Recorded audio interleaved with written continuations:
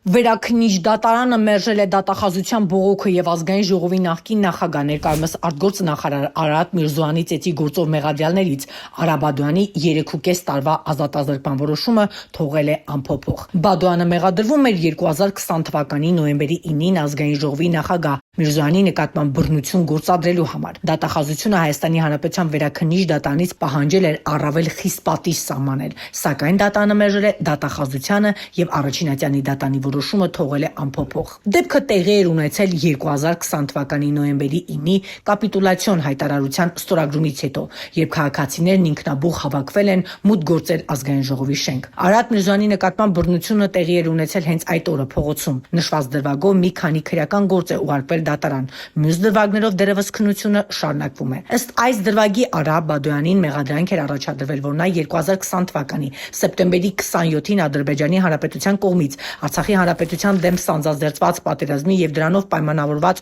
նույն օրը Հայաստանի Հանրապետությունում եւ Արցախի Հանրապետությունում հայտարարված ռազմական դրության պայմաններում 2020 թվականի նոյեմբերի 10-ի պատերազմը դադարեցնելու եւ Արցախի Հանրապետության վերահսկողության ներքո գտնվող մի շարք տարածքներ Ադրբեջանի Հանրապետության վերահսկողությանը հանձնելու մասին Հայաստանի Հանրապետության, Ռուսաստանի Դաշնության եւ Ադրբեջանի Հանրապետության միջև ձեռք բերված համաձայնության վերաբերյալ հայտարարությունը զանգվածային լրատվամիջոցներում հրապարակվելուց հետո համացանցի միջոցով տեղեկանալով, որ մայրաքաղաք Երևանում գտնվող Հայաստանի Հանրապետության կառավարության շենքի մոտ ամբողջ է հավաքվել եւ կատարվում են զանգվածային անկարգություններ, գնացել է նշված վայր եւ միացել զանգվածային անկարգությունների մասնակիցներին։ Նկատենք 6 տարի է անցել Արարատ Միրզոյանի ծեծի ենթարկելու դեպքից, սակայն մինչ օրս բուն կատարողները հայտնաբերված չեն։ Արարատ Միրզոյանի ծեծի գործով Թորգոմ Ասատրյանը ազատազրկման դատապարտվեց 5.6 տարի ժամկետով։ Նրա փաստաբանը պնդում է, ոչ մի ապացույց չկա, որ իր պաշտպանյալը հարվածել է Միրզոյանին։ Տեսանյութերում էլ նա չի երևում։ Հիմնվել են բացառապես Արարատ Միրզոյանի ցուցմունքների վրա։ Փաստ է մեկ բան, ահմկարույց միջադեպից անցել է շուրջ 6 տարի, սակայն մինչ օրս բուն կատարողները հայտնաբերված չեն։ Ինչ է սպասում Արա Բադոյանին, ինչ խնդիրներ է բարձրաձայնում վերջինիս պաշտպանը, մանրամասները հարցազրույցում։ Երեք ենք ստացել վերաքննիչ դատարանի որոշումը, որով ըստ էության մերժվել է եւ պաշտպանության կողմի բողոքը եւ մերժվել է նաեւ դատախազության կողմից, մեղադրողի կողմից ներկայացված վերաքննիչ բողոքը։ Եվ ուժի մեջ է թողնվել առաջացանի դատական ակտը։ Ծանոթանալով ուրեմն հիմնավորումներին, այո, վերաքննիչ դատարանի եւ այն հետևություններին ու փաստարկներին, որով արձանագրված է դատական ակտում, մենք գտնում ենք, որ անհրաժեշտ է վճռաբեկ բողոք ներկայացնել միանշանակ, որտեղ այս գործը ըստ էության շատ խնդրահարույց է Արա Բադոյանին ընդհանրապես այս հոդվածներով մեղավոր ճանաչելու առումով։ Ինչու ինքը այնտեղ չի եղել, գործողություն չի արել, կար տեսանյութը։ Հետևյալն է ասեմ, տեսանյութը կա, մի դրվագը ըստ էության հարաբերականորեն տարանջատված մի դրվագը, ասեմ, վերաբերում է կառավարության շենքի մուտքի դրան ապակին կոտրելու, որը որ երևում է, որ ապակին ըստ էության արդեն կոտրված է եղել։ Եվ անձը նոյեմբերի 9-ի լույս տասի այդ հայտնի ուրեմն իրադարձություններով պայմանավորված որ հրապարակում մարդիկ են հավաքված եղել, մի շարք մարդիկ ինչ-որ ոտքով հարվածում են կառավարության շենքի մուտքի դռանը։ Մի շարք մարդիկ էլ ըստ էության հարվածում են ապակին են կոտրում։ Ինքը մեր ցնդեր մոտենում է ըստ էության ինչ-որ ուզված վիճակում գտնվելով հարվածում է ոտքով փայտային մասին դրան։ Կոնկրետ իր գործողության արդյունքում ապակի չի կոտրվել եւ դա փաստ է, դա տեսագրություններով ըստ էության ֆիքսվել է, այս մասով ամեն դեպքում դատարանները գնահատել են, որ իր գործողությունը ուրեմն լրացրել է մյուսների գործողությունը, որով որ կոտրվել է ապակին, բայց ես կարծում եմ դա այդպես չի, որտեղ ակնհայտ է, որ ոտքով փայտյա դրանը զուտ հարվածելը ինքնին գույքը ոչնչացնելուն ուղղված գործողություն չի։ Դա նախ պետք է հարվածի ուժգնությունը հաշվի առնել, պետք է հաշվի առնել դրան չափսերը, ծավալը, այդ հանգամանքները բացարձակ հաշվի չեն առնվել։ Ըստ էության արդեն իսկ կոտրված ապակին այլևս չես կարա կոտրես։ Դաս մի հասկացողություն էլ կա, էլի, վերջո եթե ապակին ինքը գույք է, որը որ ամբողջականության մեջ է գույք, եթե ապակին կոտրված է, այդ ապակին լրացուցիչ չես կարող կոտրես, ինքը արդեն իսկ կոտրված կա, ինքը նույնիսկ հեռացման ենթակա, որտեղ ինքը վտանգ ներկայացնող է, կարող չգիտեմ ընկնի, ինչ որ մեկի ձեռքը ոտքը կտրի։ Հետևաբար այս մասով մենք խնդիր էինք բարձրացրել վերաքննիչ դատարանի առջև, որը որ ասեմ, որ վերաքննիչ դատարանի պատճառաբանությունների եւ հետեւությունների հատվածում ըստ մեն որ մանրամասն չի քննարկվել։ Դատարանը ընդամենը վերաքննիչ դատարանը նշել է, որ գտնում եմ, որ Արաքելյանի դատարանը այդ մասով ճիշտ որակում ա տվել, բայց իմ կարծիքով դատարանը վերաքննիչ դատարանը պետք է սեփական հետեւություններ նույնպես շարադրել այս մասով, չունենք դա դատական ակտում, հետեւաբար ես կարծում եմ, որ ռեալ հիմքա Ջրաբեկ բողոք տանելու համար այս մասով։ Ի վերջո զանգվածային անկարգությունների ժամանակ, եթե հնարավորություն կա անհատականացնել այս կամ այն անձի գործողությունները, իսկ կարծում եմ հենց ամբողջ իրավական գործիքակազմի եւ իրավական ընթացակարգի նպատակը հենց այդ ամեն ինչը անհատականացնելն է, ոչ թե մեկ ապսեի մեջ դնելը ու ըստ էության մեղավոր ճանաչելը կամ դատապարտելը։ Այստեղ պետք է իմ կարծիքով յուրաքանչյուր անձ պատասխանատու, եթե հնարավորություն կա դա անհատականացնել, ինչի՞ չի անհատականացվում, այլ հարցը որ հնարավոր չի անհատականացնել եւ դա մեղադրյալների կամ ենթադրյալ համակատարողների պատասխանատվության տիրույթում է այդ անհատականացման անհնարինությունը։ Սենց իրադրություն էլ ունենք, էլի։ Սպանության փորձը։ Սպանության փորձի հետ կապված ասեմ, Արա Բադոյանի սպանության փորձ առաջադրված չի եղել, Արադ Միրզոյանի վերաբերյալ ունենք իրավիճակ, որ այո կան տեսագրություններ, որ բազում մարդիկ ըստ էության բռնություն են գործադրում նրա նկատմամբ, ըստ էության նաև կյանքին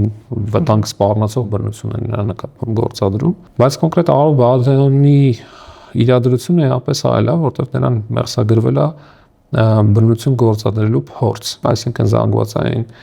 անկարգության մասնակցի կողմից բռնություն գործադրելու փորձ։ Մենք այս հարցը նույնպես իր իրավական խնդրահարույց հատվածը ունի, որն է դրա խնդրահարույց հատվածը հետևելն է։ Նախ չունենք փաստ, որ ի վերջո Արարատ Միրզոյանին նա ռեալ հնարավորություն ուներ հարվածելու, որովհետև այն տեսագրության այն հատվածը, որը որ ապացույցն է ըստ էության հանդիսացել, կենտրոնական ապացույցն է հանդիսացել գործի շրջանակներում, մերում է որ եւ Արարատ Միրզոյանի հերավորությունը բավականին մեծ է։ Ինքը ինչ որ քայլեր է անում դեպի Արարատ Միրզոյանը, ինչ որ մեկը ուղղակի նրան ինչ որ ձեռքից բռնում է, չի թողում որ քայլերը շարունակի, բայց դա ինքնին չի նշանակում որ նա նախատեսում էր Արարատ Միրզոյանի նկատմամբ բռնություն գործադրել եւ իր կամքից անկախ հանգամանքներով այդ նպատակը կյանքի չի կոչել, հա, որտեղ հենց հանցափորձի քրեական բնութագիրը այդպեսին է, այսինքն դու ցանկանում ես կատարել անոնեն վտանգավոր արարք, քայլեր ես անում այդ ուղղությամբ, բայց քո կամքից անկախ հանգամանքներով նպատակին չես հասնում։ Հիմա այս գործի շրջանակներում դա պատշաճ հիմնավորված չէր, որտեղ ինչ որ վկայակար գործի շրջանակներում, ասում եմ, դե իմ կարծիքով կարող է եւ լինած ուզում էր գնալ խփել, այդ էլ ասում եմ, դե իմ կարծիքով կարող է եւ չգնալ խփել։ Ես ընդհանրապես որ քայլեր արել այդ ուղղությամբ նրան պատնեշ եմ կանգնացրել, հա, պատնեշ եմ կանգնել։ Ո՞վ է այդ վկան բանանը։ Գործով ուղղակի տվյալ պահին ներկա գտնվող ինչ որ անձ է, որը որ այդպես ինչ որ էական նշանակություն ունեցող սուբյեկտ չէ, էլի, որ ես ինչ որ նշեմ, ինչ որ չգիտեմ, ճանաչված անձնավորություն չի, բայց տեղի ըստ էության այդ պահին ներկա է գտնվել, տեսագրությամբ էլ է տեսանելի, այնպես չի որ տեսագրություն ֆիքսված չի իր գոյությունը, հա, այդ պահին դեպքի վայրում։ Հետևաբար այդ մասով ես կարծում եմ, որ նույնպես ուրեմն մեղավոր ճանաչել է Արա Բադոյանին բավարար հիմքեր չի ունեցել։ Այստեղ երկրորդ ասպեկտն էլ կա, նրա նկատմամբ ռեալ պատիժ նշանակելը 3.5 տարի ժամկետով առանց պայմանական պատիժը կիրառելու, հա, պատիժը պայմանականորեն չկիրառելու հնարավորության, հա, ես կարծում եմ նույնպես արդար չի ընկալվելու ու արդար չի, որտեղ բացի նրա անձնական հատկանիշներից, որ ընտանիքում, չգիտեմ, խնդիրներ ունի, որտեղ մենք 44 օրյա պատերազմի ժամանակ իր կնոջ եղբայրն է զոհվել, կնոջ մյուս եղբայրը մի քանի տարի առաջ դժբախտ պատահարից էր մահացել, բացի նրանից, որ ընտանիքում ունի խնդիրներ, որտեղ, չգիտեմ, այնտեղ հարազատ ունի ով օնկոլոգիական հիվանդությամբ է տառապում, եւ ինքը ըստ էության ընտանիքի միակ կերակրողն է, որտեղ կինը զբաղված է անչափահաս երեխաներին մեծացնելով, Նրանց խնամքով կան ընտանեկան լուրջ խնդիրներ այս գործի շրջանակներում։ Ինչն է դրդել իրան գնալ այդտեղ, այսինքն նոյեմբերի 9-ի իրադարձությունների զարգացումը, թե հենց իր կնոջ եղբոր այդ կորցնելու այդ հանգամանքը։ Հիմա նորից վերադառնամ շարժառիթին։ Գործով հիմնավորվել է, որ ինքը ինքնաբուխ է գնացել։ Այսինքն ուղղորդված չի եղել որևէ մեկի կողմից։ Դա մանրամասն քննություն է կատարվել, նույն ժամանակ ՀԱԾ-ի քննչական ծառայություններ, քննչական դեպարտամենտն է մանրամասն քննություն է կատարվել, ակնհայտ է, որ ինքը ուղղորդված անձ չի, որևէ մեկի կողմից ինչ-որ դրդված անձ չի, ինքը զուտ ուրեմն իր անհամաձայնությունը, իր վրդովմունքը արտահայտելու պատճառով է գնացել, ուրեմն սկիզբը հանրապետության հրապարակ, հետո նաև ուրեմն ազգային ժողովի հատված։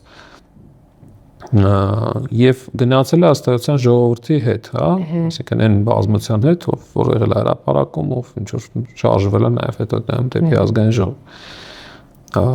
Շարժառիթը դա է եղել ըստ էության։ Հիմա ինչ է ուզում ասել, բացի իր այս անձնական ընտանեկան խնդիրներից, որ կան ու նման դեպքերում կարելի է վերապահում անել, որտեղ ըստ էության իրադարձությունները տեղի են ունեցել 20 թվականին, հագին տարիներ են անցել, հաստատեցին ուշացած արդարադատության հարցը կա։ Խնդիրն է, որ Արարատ Միրզոյանի կադրերը որ նայում ենք, բազում մարդիկ ըստ էության հարձակում են գործը ու հարվածում են Արարատ Միրզոյանին, բայց ստացել է վնասվածքներ։ Բայց իմ տեղեկություններով այդ անձինք բացահայտված չեն առհասարակ։ Կոնկրետ բուն կատարողները բացահայտված չեն։ Գիտեմ ինչ որ մեկ քրեական գործ կա, ինչ որ մեկ մեղադրյալի մասնակցությամբ ու սպանության փորձը մեղսագրված ու վերջ։ Ու մեկ էլ Արարատ Միրզոյանն է։ Իդեպ գիտեմ որ տվյալ անձի վերաբերյալ ոնց որ դատավճիռ չկա դեռևս։ Այո։ Իսկ Արա Բադոյանի մասով, հա, մեր վստահորդի մասով արդեն դատավճիռ կա, ուստեղ ինչն է նաև անարդարության զգացում առաջացնում, այսինքն ստացվում է իրադրություն, որ այն անձինք, ովքեր որ իրականում ասեն պատճառել ու առողջությանը, հա, ոտնձգել են Արարատ Միրզոյանի դեմ, ասենք տվյալ անձինք ըստ էության բացահայտված չեն, բայց հայտնաբերվել է մի անձ, հա, իրավապահ մարմինները հնարավորություն ունեցել մի անձի հայտնաբերելու, ընդհանրապես մեղսագրվում է ուրեմն բռնության գործադրման փորձ եւ նրան դատապարտում են ազատազրկման 3.5 տարի ժամկետով։ Այն պայմաններում, որ իրական բռնություն գործադրած անձինք ազատության մեջ են։ Հիմա արդարության զգացողության տեսանկյունից ես կարծում եմ, թե ակնհայտ է, որ խնդիր կա։ Այդ հանգամանքները էլի պատշաճ վերլուծված չեն դատական ակտում մեր կարծիքով եւ այդ մասով նույնպես մենք նաեւ բողոք ենք տանելով Վճռաբեկ դատարան արդեն աշխատում ենք այդ ուղղությամբ։ Պարոն Անանյան, կարող ենք ենթադրել, որ իրավապահ մարմինները չկարողանալով գտնել բուն կատարողներին, այլ քավության նոխազ գտան 1-2 անձանց մեջ, որոնք փորձ են արել, բռնության փորձ են արել, մեկը սպանության փորձ է արել, բայց ըստ էության բուն կատարողներ ի վերջո ակնհայտ է, չէ՞, պարոն Միրզոյանը բավականին լուրջ վնասվածքներ էր ստացել եւ իրականում միգուցե եւ կարող էր այնպիսի հարվածներ հասնել, որ արդեն կյանքից զրկվեր նա։ Նայեք, սպանության փորձի մասով, այդ փորձի փաստերի մանրամասներին ես կոնկրետ այդ մեղադրելի մասով տեղյակ չեմ կարող մեկնաբանել։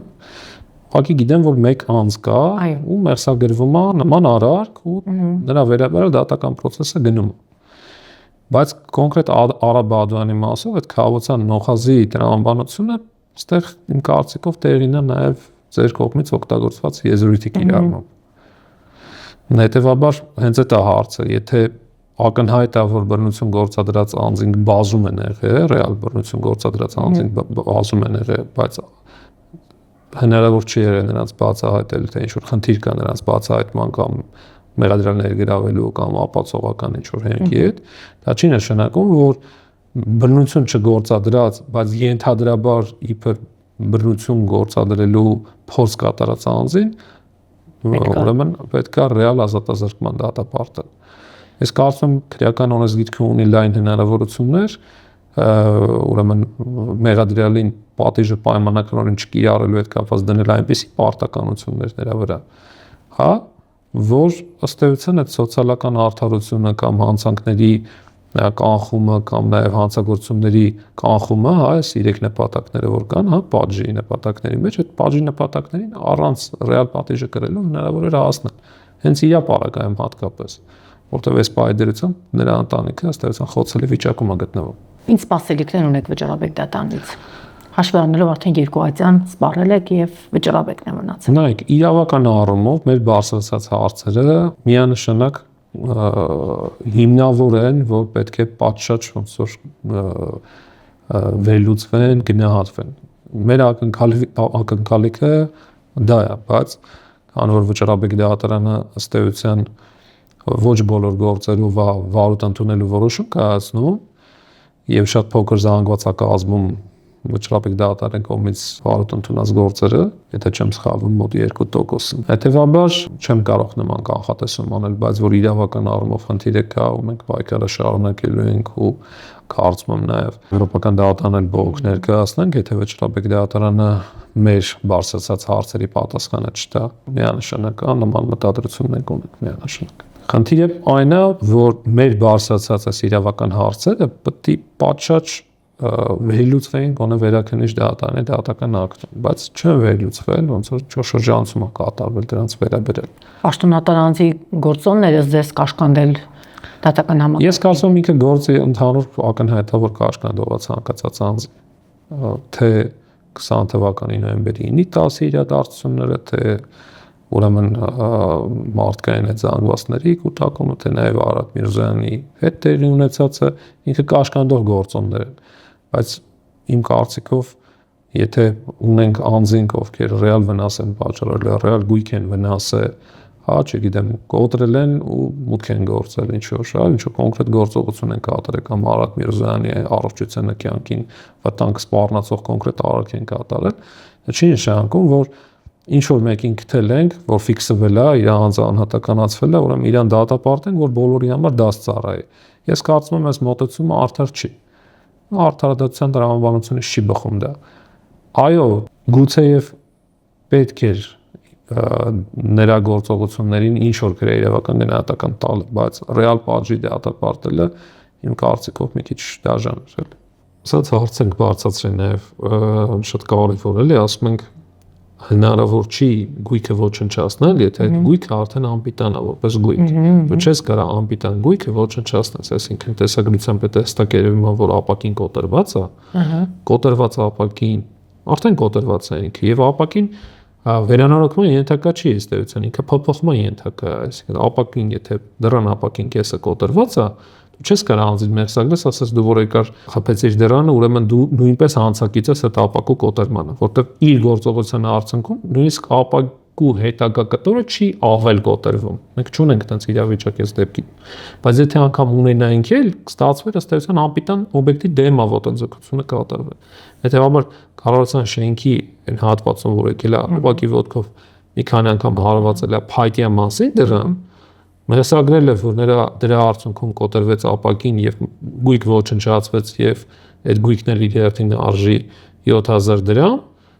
դա ոնց որ անտրամաբանական գործողությունների շղթա է, ընդհանրապես մի բան ունենք,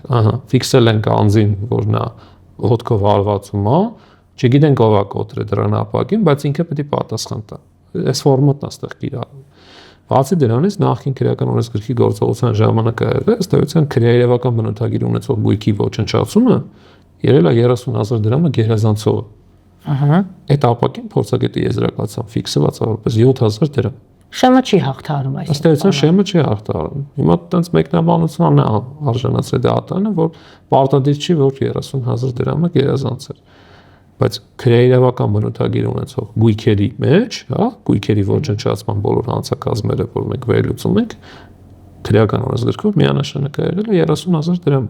Կարող ենք ենթադրել, որ ըստ էության, եթե այնտեղ ես եղել, արդեն մեղավոր ես։ Անկախ նրանից գործողությունները ինչ հետևանք են կրել։ Չէ, ավելի շատ, եթե այնտեղ ես եղել եւ ինչ որ նշույլ գործողություն ես արել եւ դա ֆիքսված է, արդեն մեղավոր ես։ Կարանք sense բանաձևը ձևակերպենք։ Հետևաբար անպիտան օբյեկտի դեմ ոտնձգելու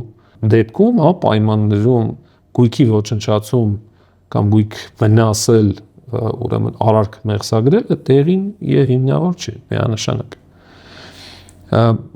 Իսկ Արադ Միրզոյանի մասով, որ դե շարժում ես արևոդկով եւ ինչ որ մեկը քո արժեվ է հայտնվել, ուրեմն դու հաստատ ուզում ես Արադ Միրզոյանին հարվածել, դա ընդհանրապես սուբյեկտիվ ենթադրությունն է ի վնաս մեղադրյալի եւ մեղադրյալի այն պնդումը, որ ինքը նպատակադրված չի եղել, ինչքան էլ չարացած է եղել տեղի ունեցած համաձայնագրով, հա, նոյեմբերի 9-ի 10-ի 2020 թվականին, ինչքան էլ չարացած է եղել, ինչքան էլ հուզված է եղել այդուհանդերձ նպատակ չի ունեցել այդ պահին իր գործողությամբ վնասելու Արադ Միրզոյանին, որտեղ Արադ Միրզոյանը արդեն իսկ վատ վիճակում է լինում, այդ տեսագրության մեջ երևում է շատ վատ վիճակում արդեն այնտեղ բռնություն գործադրելու ինչ որ տենց տրամաբանություն էլ չկա այլևս։ Հա, ընդհանրապես այդ նրա կտրուկ շարժումը ինչ որ մեկը որ նրա արժև հայտնվել է, ասում են դու ուրեմն հաստատապես ուզում ես իրեն ուրեմն բռնություն գործադրել իր նկատմամբ, բայց ուղղակի դիտավորությունը չեն կարողացել հիմնավորել։ Ի վերջո որ ուղղակի դիտավորությունը ունեցել են Արադ Միրզոյանին վնաս պատճառելու, որտեղ չգիտեմ դրա Արադ Միրզոյանի նաև հակոստներն ա եղել պատրված կետնին գցած եւ այլն։ Հետևաբար ես կարծում եմ այս պայմաններում այդ մասը նույնպես ուրեմն պատճառ չհիմնավորված չի։ Պատժի մասով էլ նորից եմ ասում, այն որ իմ կարծիքով շատ անմարդկային մոտեցում է եղել, որովհետեւ ի վերջո ունենք անձինք, ովքեր հանցանքը կատարել են ազատության մեջ են, բայց հանցանք չկատարած փորձ մերսագրած անձը պիտի գնա պատիժ կրի 3.5 տարի ժամկետով, ինչը իմ կարծիքով ճիշտ չի։ Գուցե իրավապահները փորձում են պայմանավորման ցույց տան իշխանության ներկայացուցիչներին պաշտոնատար անձոն, որ տեսեք, ահա գտել ենք, գործ ենք արել, աշխատել ենք, հայտնաբերել ենք, այս միֆն են փորձում ստեղծել, որ ամեն ինչ արեցին մեղավորներին։ Կարծիքով ավելի շատ պատժողական տրամաբանության, պատժողական քաղաքականության տրամաբանության մեջ է այս պատկերը ձևավորվել, որովհետև ես կարծում եմ արդարությունն էլ է համեմատության մեջ։ Միշտ արդարությունն էլ է համեմատության մեջ։ Հենց դա որ մենք չունենք իրավիճակ, որ ունենք բռնություն գործադրած անձինք իրենց նկատմամբ կամ մեղադրանքներ կամ դատավճիռներ ու կա անձ, որը որ փորձ է մերսագրվում, ինքն էլ ունի դատավճիռ։ Եթե չունենք այն առաջինը, երկրորդի մասով դատավճիռ հելտնել ռեալ պատժով, արդարության զգացում չի առաջացնում, ինքը ավելի շատ պատժողական էֆեկտ է առաջացնում։